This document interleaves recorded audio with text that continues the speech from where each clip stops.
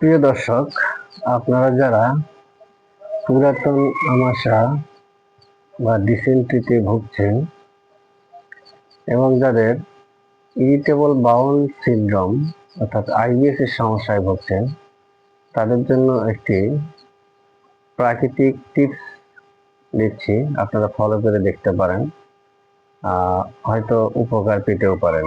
টিপসটি হচ্ছে যে আপনাদের বাড়িতে বা বাসায় যদি হলুদের গুঁড়া থাকে, সেই হলুদের গুঁড়াটা অবশ্যই পিওর হতে হবে এবং খাঁটি সরিষার তেল হতে হবে। এই তেল দিয়ে একটু এই হলুদের গুঁড়াটা মাখা করে নিয়ে একটু মার্বেল সাইজের মতো করে নেবেন। ঠিক এরপরেরটা তার থেকে একটু ছোট, তারপরেরটা তার থেকে একটু ছোট, এইভাবে 3টা করবেন এবং দিনে 3টা খাবেন। তারপরের দিনে আবার 3টা, তারপরের দিনে আবার 3টা, এভাবে 3 দিন খাবেন। 3 দিনে অথবা 5 দিন, 3 দিন অথবা 5 দিন খাবেন। ইনশাআল্লাহ সুফলাফল পাবেন। আইবিএস এবং পুরাতন আমাশা থেকে মুক্তি পাবেন ইনশাআল্লাহ। এটি খুবই পরীক্ষিত এবং আমি এটি নিজে অ্যাপ্লাই করে দেখেছি, খুব ভালো কাজ করে।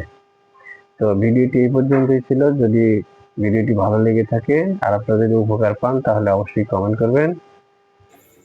সকলকে ধন্যবাদ।